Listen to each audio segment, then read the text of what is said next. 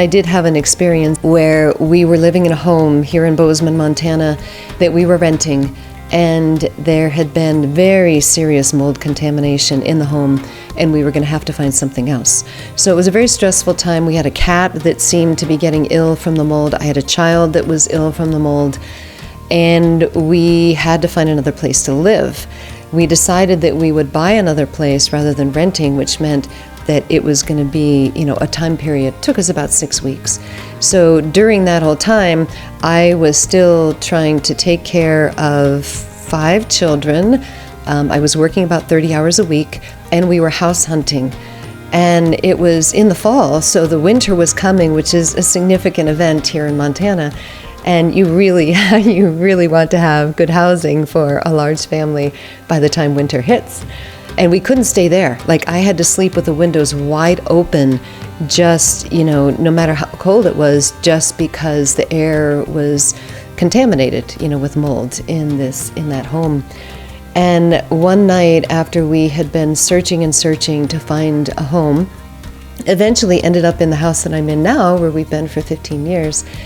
And I was so distraught trying to take care of the children and handle work and everything else that one night I just lost it, and I was just sobbing and crying. And my husband came and said, "What's wrong? What's going on?"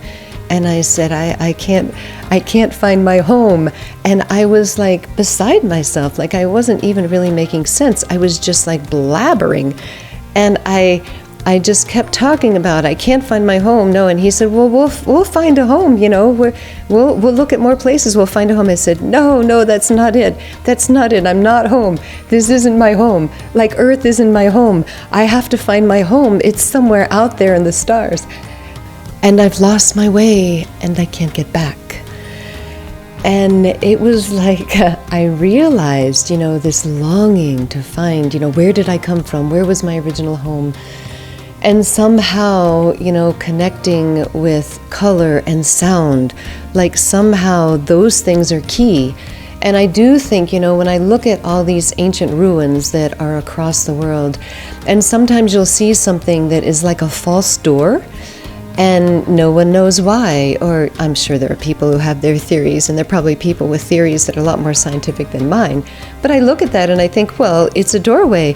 All we need to know is the magic words. We need the mantra. We need the sound. We need the frequencies to open that doorway. And then maybe it's a stargate. Maybe it'll take us into another dimension. Maybe it'll just take us into some place that's significant in the earth. So I do think that idea of the stars and sound and color and sacred geometry, for me, it is all one and the same. And that's why I haven't been able to just focus on one of those things on this channel, because for me it is all one.